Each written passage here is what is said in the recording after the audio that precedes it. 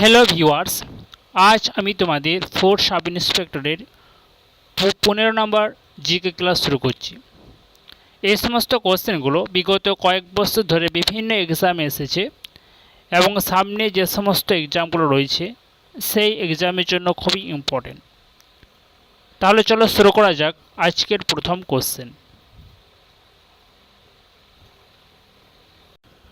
আজকের প্রথম কোশ্চেন দেখো, বলেছে চন্দ্রগুপ্ত মৌর্যের পর কে সিংহাসনে বসেন? চন্দ্রগুপ্তের মৌর্যের পর কে সিংহাসনে বসেন? অপশন আছে দেখো, অশোক, বিন্দুসার, হর্ষবর্ধন, কনিষ্ক।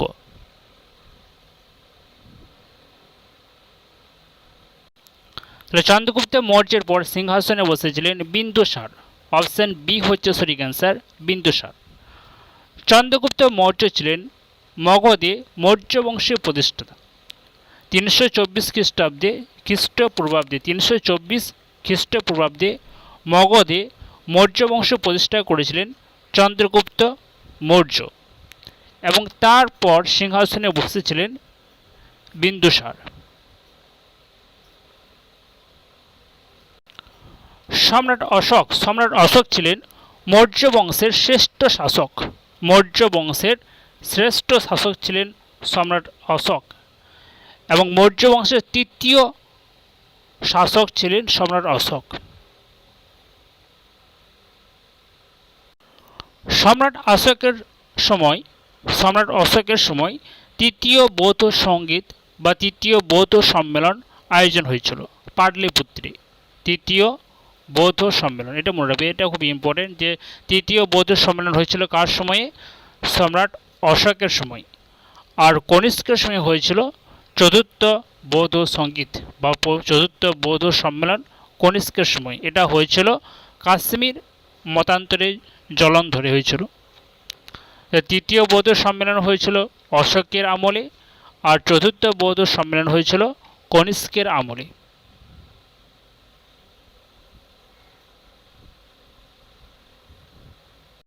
নেক্সট কোশ্চেন বলেছে দেখো, ভারতীয় রিজার্ভ ব্যাংক কত সালে প্রতিষ্ঠিত হয়েছিল? আরবিআই। এই আরবিআই কত সালে প্রতিষ্ঠিত হয়? আরবিআই প্রতিষ্ঠিত হয়েছিল 1935 সালে। অপশন এ হচ্ছে সঠিক অ্যান্সার, 1935 সালে আরবিআই প্রতিষ্ঠিত হয়েছিল।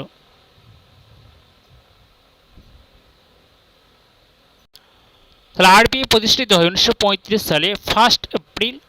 এর জাতীয়করণ হয়েছিল 1949 সালে।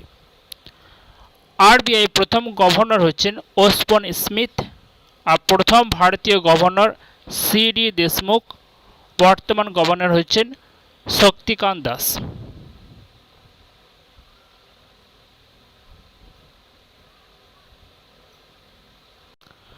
ভারতের সর্বোচ্চ সেনা সম্মান কোনটি? ভারতের সর্বোচ্চ সেনা সম্মান বীর চক্র, পদ্মভূষণ, ভারতরত্ন, পরমবীর চক্র। তো ভারতের সর্বোচ্চ সেনা সম্মান হচ্ছে পরমবীর চক্র। অপশন ডি হচ্ছে সঠিক অ্যান্সার, পরমবীর চক্র।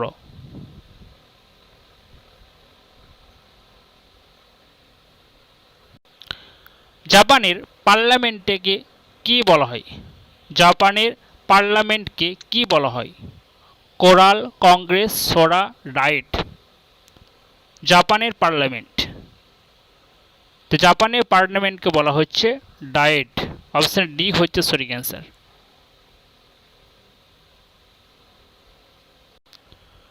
সেবি কবে প্রতিষ্ঠিত হয়? সেবি কবে প্রতিষ্ঠিত হয়? 1986 সালে, 1988, 1990, 1992। তাহলে সেবি এটি প্রতিষ্ঠিত হয়েছিল 1992 সালে। এর হেডকোয়ার্টার কোথায় অবস্থিত? এর হেডকোয়ার্টার হয়েছে মুম্বাই। এর হেডকোয়ার্টার অবস্থিত হচ্ছে মুম্বাই।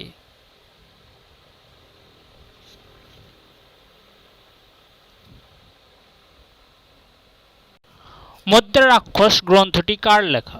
মুদ্রা রাক্ষস গ্রন্থটি কার লেখা? শূদ্রক, কালিদাস, বাণভট্ট, বেশাক দত্ত। মুদ্রা রাক্ষস এই গ্রন্থের রচয়িতা হচ্ছেন বেশাক দত্ত। অপশন ডি হচ্ছে সঠিক অ্যান্সার, বেসাক দত্ত। শূদ্রক এর রচয়িতা হচ্ছে মিচ্ছকটিকম। মিচ্ছকটিকম।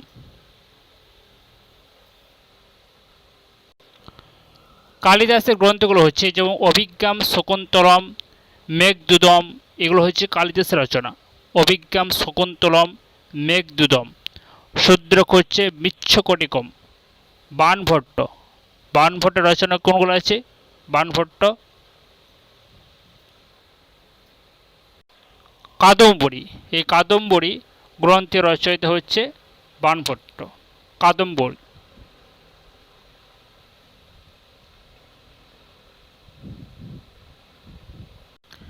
নেক্সট কোশ্চেন বলেছে, দেখো, পশ্চিমবঙ্গের প্রথম জ্ঞানপীঠ পুরস্কার কে পান? পশ্চিমবঙ্গের প্রথম জ্ঞানপীঠ পুরস্কার কে পান? বিষ্ণু দে, আশাপূর্ণা দেবী, সুভাষ মুখোপাধ্যায়, তারাশঙ্কর বন্দ্যোপাধ্যায়। প্রথম জ্ঞানপীঠ পুরস্কার প্রাপ্যকে? জ্ঞানপীঠ পুরস্কার হচ্ছে ভারতীয় সর্বোচ্চ সাহিত্য সম্মান পুরস্কার। এই পুরস্কার দেওয়া শুরু হয়েছিল 1965 সাল থেকে। 1965 সাল থেকে জ্ঞানপীঠ পুরস্কার দেওয়া হয়। এটা হচ্ছে ভারতের সর্বোচ্চ সাহিত্য সম্মান পুরস্কার। আর পশ্চিমবঙ্গে এই প্রথম জ্ঞানপীঠ পুরস্কার পেয়েছিলেন তারাশঙ্কর বন্দ্যোপাধ্যায়। অপশান ডি হচ্ছে সঠিক অ্যান্সার, তারাশঙ্কর বন্দ্যোপাধ্যায়।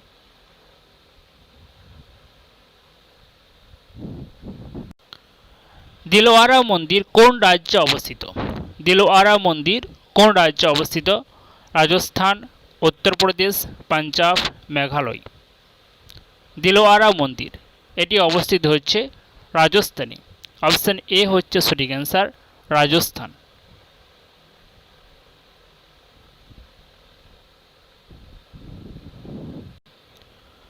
ভারতের সিলিকন ভ্যালি বলা হয় কোন শহরকে? ভারতের সিলিকন ভ্যালি কোন শহরকে বলা হয়? বেঙ্গালুরু, মুম্বাই, শিলিগুড়ি, হাওড়া। ভারতের সিলিকন ভ্যালি। অপশান এ হচ্ছে সঠিক অ্যান্সার, বেঙ্গালুরুকে ভারতের সিলিকন ভ্যালি বলা হয়। বিজ্ঞান নগরী বলা হয় বেঙ্গালুরুকে। বিজ্ঞান নগরী, এর মনে রাখবে, বিজ্ঞান নগরী বলা হচ্ছে বেঙ্গালুরুকে। মুম্বাইকে বলা হচ্ছে ভারতের প্রবেশদ্বার। শিলিগুড়িকে বলা হচ্ছে উত্তর পূর্ব ভারতের প্রবেশদ্বার। উত্তর পূর্ব ভারতের প্রবেশদ্বার বলা হচ্ছে শিলিগুড়িকে। আর ভারতে শেফিল্ড বলা হচ্ছে হাওড়াকে। ভারতের শেফিল্ড বলা হচ্ছে হাওড়াকে। ব্যাঙ্গালোরকে বলা হচ্ছে ভারত বিজ্ঞান নগরী। মুম্বাই হচ্ছে ভারতের প্রবেশদ্বার। উত্তর পূর্ব ভারতের প্রবেশদ্বার শিলিগুড়ি। হাওড়াকে বলা হচ্ছে ভারতীয় শেফিল্ড। চেন্নাইকে বলা হচ্ছে সবুজ নগরী, মনে রাখবে ছবিগুলো। সবুজ নগরী বলা হয় চেন্নাইকে। প্রাচ্যের ভেনিস বা রোম বলা হচ্ছে কোচিকে। প্রাচ্যের ভেনিস বা রোম। আর রাজপ্রাসাদের শহর বলা হচ্ছে কলকাতাকে। রাজপ্রাসাদের শহর বলা হয় কলকাতাকে।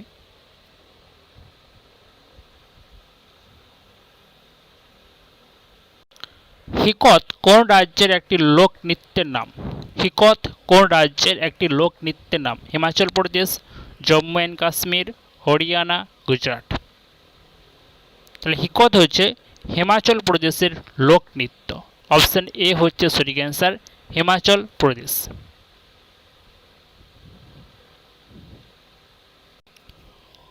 কোন শিল্পকে উদীয়মান শিল্প বলা হয়? কোন শিল্পকে উদীয়মান শিল্প বলা হয়? বস্ত্র শিল্প, পাট শিল্প, পেট্রোরসায়ন শিল্প, লৌহ ইস্পাত শিল্প। উদীয়মান শিল্প বলা হয় পেট্রোরসায়ন শিল্পকে। অপশান সি হচ্ছে সঠিক অ্যান্সার, পেট্রোরসায়ন শিল্প।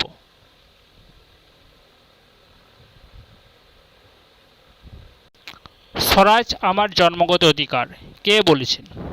স্বরাজ আমার জন্মগত অধিকার কে বলেছিলেন?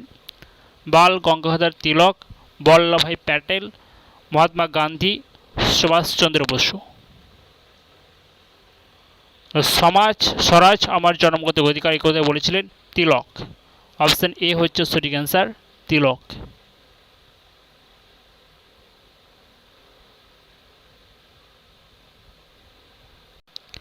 রাজ্যের বিশ্ববিদ্যালয়গুলির আচার্য কে হয়ে থাকেন? রাজ্যের বিশ্ববিদ্যালয়গুলির আচার্য কে হয়ে থাকেন? মুখ্যমন্ত্রী, প্রধানমন্ত্রী, রাষ্ট্রপতি, রাজ্যপাল। তো রাজ্যের যে বিশ্ববিদ্যালয় আছে তার আচার্য হয়ে থাকেন রাজ্যপাল। অপশন ডি হচ্ছে সঠিক অ্যান্সার, রাজ্যপাল।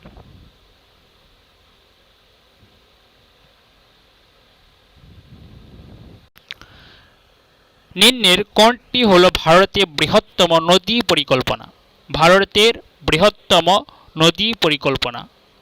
হেরাকুন্দ নদী পরিকল্পনা, ভাগড়া নাগাল নদী পরিকল্পনা, দামোদর নদী পরিকল্পনা। তাহলে ভারতের বৃহত্তম নদী পরিকল্পনা হচ্ছে ভাগড়া নাগাল নদী পরিকল্পনা। কোন নদীর উপর অবস্থিত? শতদ্রু, মনে রাখবে শতদ্রু নদীর পর এই ভাগড়া নাগাল নদী পরিকল্পনা অবস্থিত। হেরাকুন্দ নদী পরিকল্পনা কোন নদীর পর? হেরাকুন্দ হচ্ছে মহানদী, উড়িষ্যা রাজ্যে মহানদী। আর দামোদর হচ্ছে দামোদর নদী, দামোদর নদীর উপর দামোদর নদী পরিকল্পনা। অবস্থিতি কোথায়? ঝাড়খণ্ড, পশ্চিমবঙ্গ।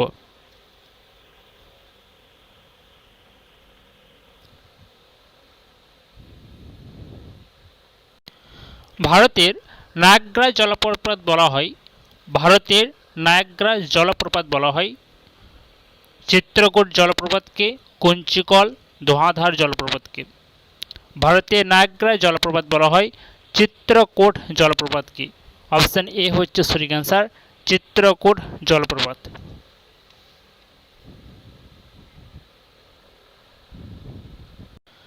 মানবদেহে ক্রোমোজোমের সংখ্যা কত? মানবদেহে ক্রোমোজোমের সংখ্যা 42, 14, 46, 48। তাহলে মানবদেহে ক্রোমোজোমের সংখ্যা হচ্ছে 23 জোড়া বা 46টি, 23 জোড়া। অপশন সি হচ্ছে সঠিক অ্যান্সার, 23 জোড়া বা 46টি। এক জোড়া হচ্ছে সেক্স ক্রোমোজোম আর 22 জোড়া হচ্ছে অটোজোম।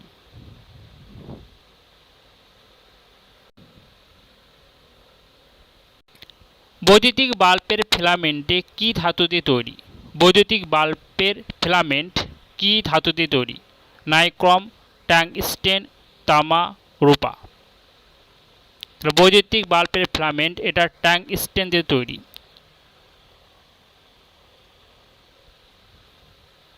তাহলে অপশন বি হচ্ছে সঠিক অ্যান্সার। শ্রেণিক কার উপাধি ছিল? শ্রেণিক কার উপাধি ছিল? বিন্দুসার, অজাতশত্রু, মহাপদ্মনন্দ, বিম্বিসার। শ্রেণিক কার উপাধি ছিল তাহলে? শ্রেণিক ছিল বিম্বিসার উপাধি, বিম্বিসার। আর অজাতশত্রু উপাধি ছিল কুণিক, কুণিক ছিল অজাতশত্রু। আর বিন্দুসার হচ্ছে শত্রু হননকারী বা অমিত্রাঘাত, অমিত্রাঘাত বা শত্রু হননকারী। আর অজাতশত্রু হচ্ছে কুণিক, বিম্বিসার শ্রেণিক।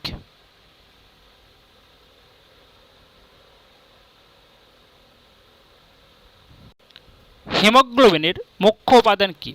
হিমোগ্লোবিন, যার কারণে রক্তের রংটা লাল হয়, হিমোগ্লোবিনের মুখ্য উপাদান হচ্ছে লোহা। এই হিমোগ্লোবিনের কারণে রক্তের রংটা লাল হয়। আর হিমোসায়ানিন, এই হিমোসায়ানিনের মুখ্য উপাদান কি?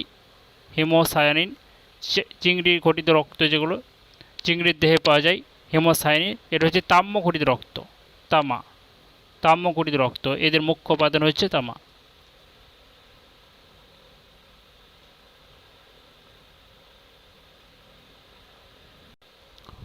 বুলবুল ঝড়ের নাম করেছে কোন দেশ? বুলবুল ঝড়ের নাম করেছে কোন দেশ? ভারত, পাকিস্তান, বাংলাদেশ, শ্রীলঙ্কা।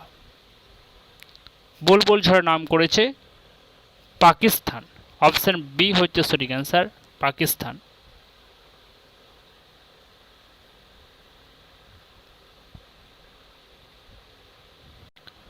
মানুষের মস্তিষ্কের বৃহত্তম অংশটির নাম কি? মানুষের মস্তিষ্কের বৃহত্তম অংশটির নাম কি? Cerebellum, medulla অবলঙ্গাটা, cerebrum. মানুষের মস্তিষ্ক বৃহত্তম অংশটি হচ্ছে সেরিব্রাম। অপশন সি হচ্ছে সঠিক অ্যান্সার, সেরিব্রাম।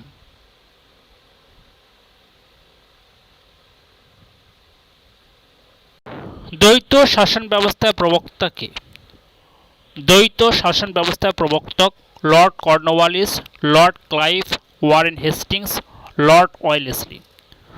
দ্বৈত শাসন ব্যবস্থা প্রবর্তিত হয়েছিল 1765 সালে। সালটা মনে রাখবে, 1765 সালে বাংলায় দ্বৈত শাসন ব্যবস্থা প্রবর্তন করেছিলেন লর্ড ক্লাইভ। লর্ড ক্লাইভ বাংলায় দ্বৈত শাসন ব্যবস্থা প্রবর্তন করেছিলেন 1765 সালে। আর এই শাসন ব্যবস্থার অবস্থান কে ঘটিয়েছিলেন? এই অবস্থান ঘটেছিল Lord Warren Hastings. Lord Warren Hastings এই শাসন ব্যবস্থায় অবস্থান ঘটিয়েছিলেন 1772 সালে। সালটা হচ্ছে 1772। তাহলে প্রবর্তিত করেছেন লর্ড ক্লাইভ 1765, আর অবস্থান ঘটিয়েছিলেন 1772 সালে ওয়ারেন হেস্টিংস।